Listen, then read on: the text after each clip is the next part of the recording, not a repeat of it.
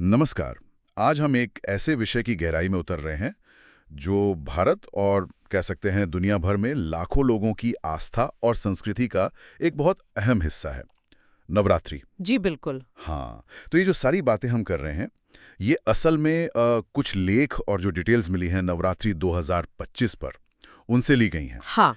तो इनके आधार पर हम समझने की कोशिश करेंगे कि भाई 2025 में ये त्योहार क्या खास ला रहा है, डेट्स क्या हैं और सबसे ज़रूरी इसके पीछे का जो गहरा आध्यात्मिक और सांस्कृतिक मतलब है वो क्या है। जी चलिए समझते हैं। तो चलिए इन स्रोतों से जो जानकारी मिली है उसे ज़रा देखते हैं। नवरात्रि मतलब 9 रातें।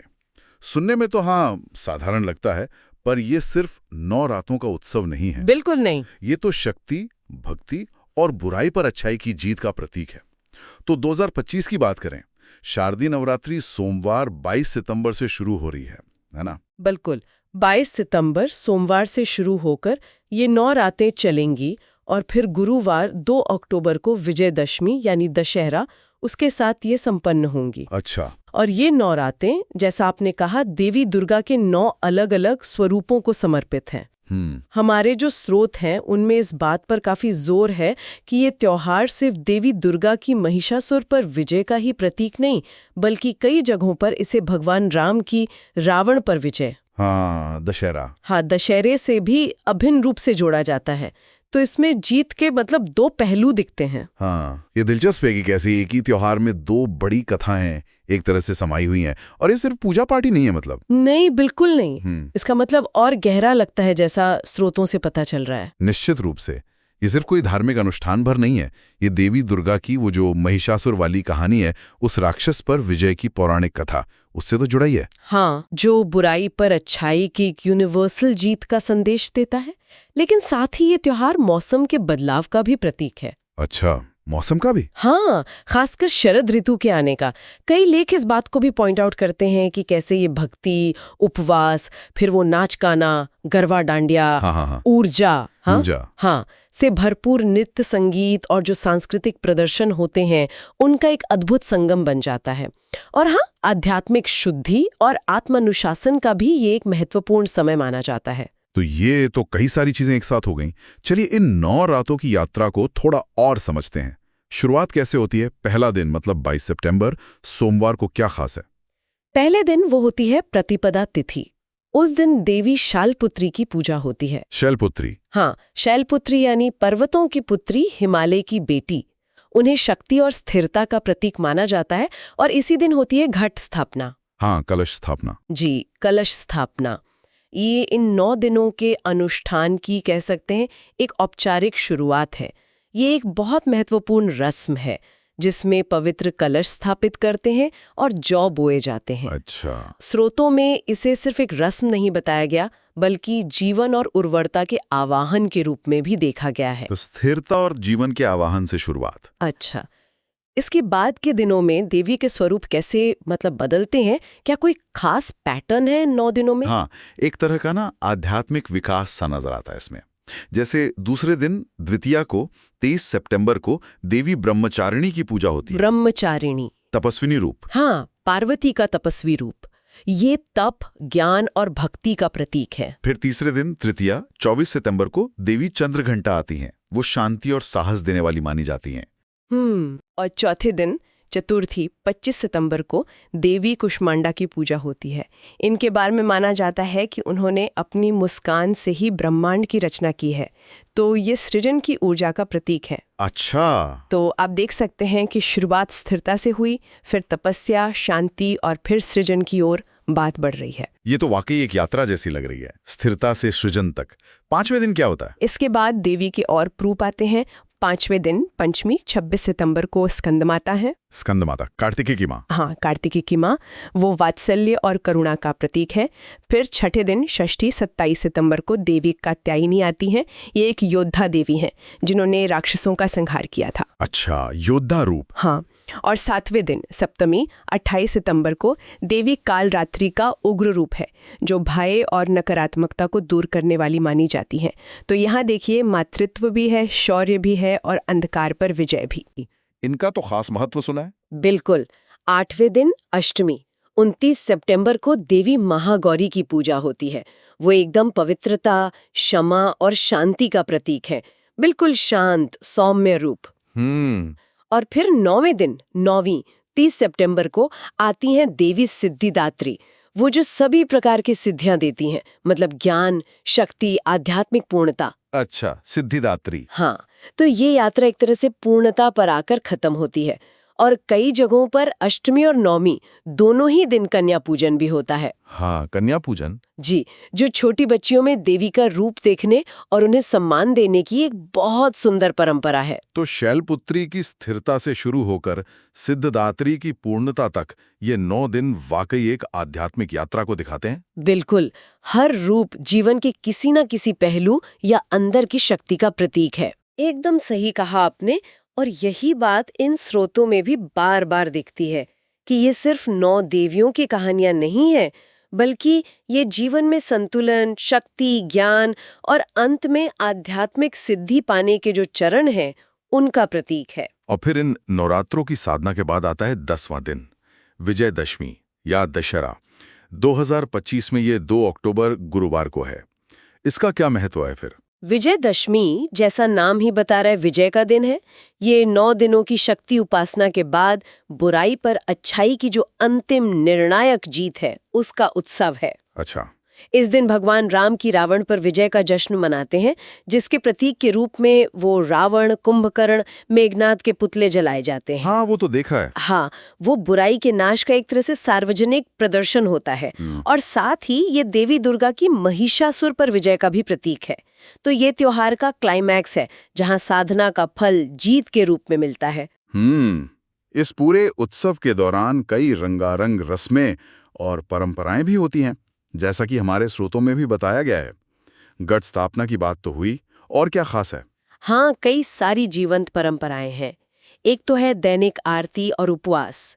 भक्त 9 दिनों तक सुबह शाम देवी की आरती करते हैं, भजन गाते हैं। हाँ। और बहुत से लोग व्रत रखते हैं।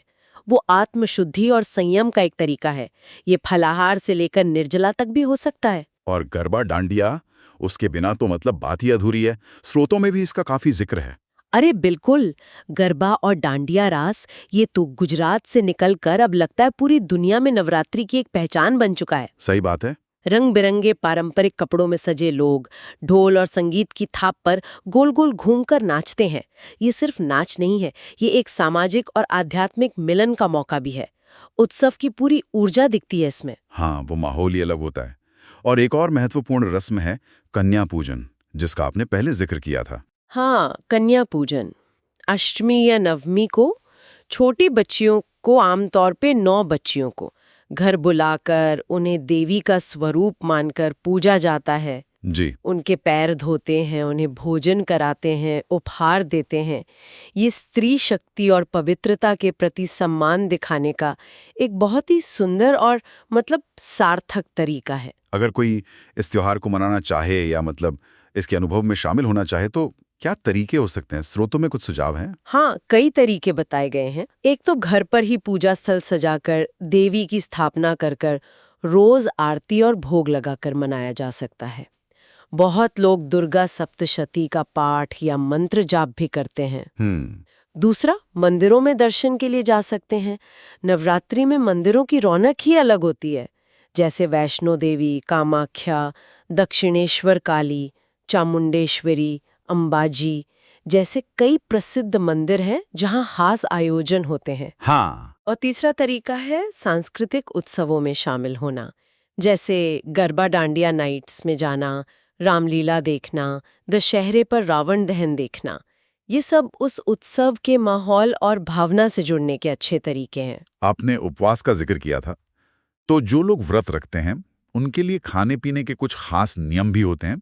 क्या जानकारी है इस बारे में? हाँ, व्रत के दौरान सात्विक भोजन पर जोर रहता है। सात्विक भोजन मतलब क्या खा सकते हैं? फल, दूध, दही, मेवे, फिर वो कुट्टू और सिंघाड़े का आटा, साबूदाना, समा के चावल, आलू, शकरकंद, मखाना और सेंधा नमक। अच्छा, सेंधा नमक। हाँ, साधारण नमक नहीं। और क्या नहीं खाना चाहिए?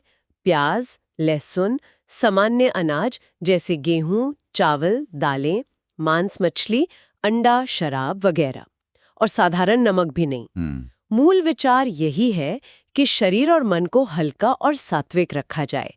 व्रत रखने के तरीके भी अलग अलग हो सकते हैं। कुछ लोग सिर्फ फल खाते हैं, कुछ एक समय खाते हैं। जरूरी है कि श्रद्धा हो और अपनी शारीरिक क्षमता का भी ध्यान रखें। सही बात है। खाने पीने के अलावा क्या कुछ और पारंपरिक मान्यताएं या सुझाव हैं जिन्हें क्या करें और क्या ना करें जैसा कुछ कह सकते हैं? हाँ, कुछ पारंपरिक बातें हैं जिनका लोग पालन करते हैं।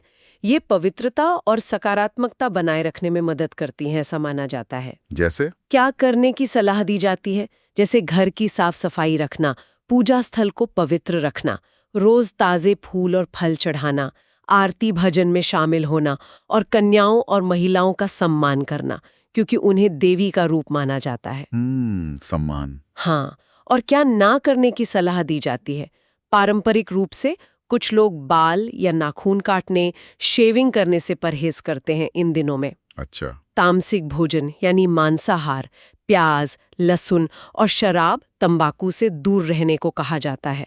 साथ ही गुस्सा, झूठ और नकारात्मक बातों से बचने पर भी जोर दिया जाता है। ये सब मतलब आत्मसंयम और एक आध्यात्मिक माहौल बनाए रखने के लिए है। तो इन सारी जानकारियों को अगर हम समेटें तो नवरात्रि 2025 जो 22 सितंबर से 2 अक्टूबर तक है, ये सिर्फ 9 रातों का एक कैलेंडर इवेंट नहीं है। बिल्कुल नहीं। ये तो देवी दुर्गा के 9 रूपों की उपासना के जरिए अपनी अंदरूनी खोज, अनुशासन, भक्ति और आखिर में बुराई पर अच्छाई की जीत का एक गहरा और कहना चाहिए बहुत जीवंत उत्सव है। एकदम सही। इसमें घट स्थापना जैसी आध्यात्मिक शुरुआत है, कन्या पूजन जैसा सामाजिक सम्मान है, गरबा, डांडिया जैसे ऊर्जा से भरे सामुदायिक उत्सव हैं, और दशहरा पर बुराई का वो प्रतीकात्मक अंत भी है। व्रत के नियम और वो पारंपरिक क्या करें क्या ना करें भी इसके अनुशासन और आध्यात्मिक शुद्धि के महत्व को दिखाते हैं। ये त्योहार भक्ति और उत्सव के जरिए लोगों को जोड़ता है। और शायद सबसे महत्वपूर्ण बात जो इन स्रोतों से निकल कर आ रही है वो ये है कि ये त्योहार हमें अपनी आंतरिक शक्ति, सकारात्मकता और दैवीय कृपा को अपने जीवन में उतारने की प्रेरणा देता है। सही कहा, ये सिर्फ 9 दिनों का अनुष्ठान नहीं है, ये एक दर्शन है। ये हमें भक्ति, अनुशासन और आध्यात्मिक विकास का रास्ता दिखाता है और समुदायों को संगीत, नृत्य, पूजा के माध्यम से एक धागे में पिरोता है, और ये हमें अपनी भीतरी शक्ति को पहचानने और जगाने की याद दिलाता है। इस पूरी चर्चा के बाद एक विचार मन में आ रहा है।